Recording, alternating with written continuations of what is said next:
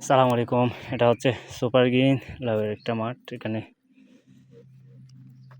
এগুলা পাহাড়ের মধ্যেই চাষাবাদ করা হয়েছে। পাহাড়েও মাশাআল্লাহ খুবই চমৎকারভাবে ফল সেট হচ্ছে। এখন পর্যন্ত এখান থেকে একবার ফল হারভেস্ট করা হয়েছিল।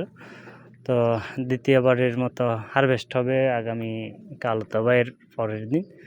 তো ভালোই ফল সেট হচ্ছে।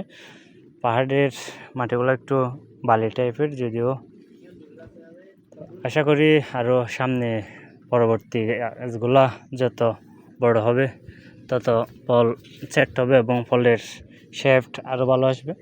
তো প্রথম দিক যেহেতু কিছু কিছু ফল এখনও কাটু দেখা যাচ্ছে, আর কিছু ফল বিভিন্ন আকৃতির দেখা যাচ্ছে এখন। তো গাছের বয়স যদি কয়েকবার হারভেস্ট হয়, আস্তে আস্তে সব কিছুর শেপ এবং সব কিছু ঠিক হয়ে আসবে এবং ফলন আরও বাড়বে বলে আশাবাদী।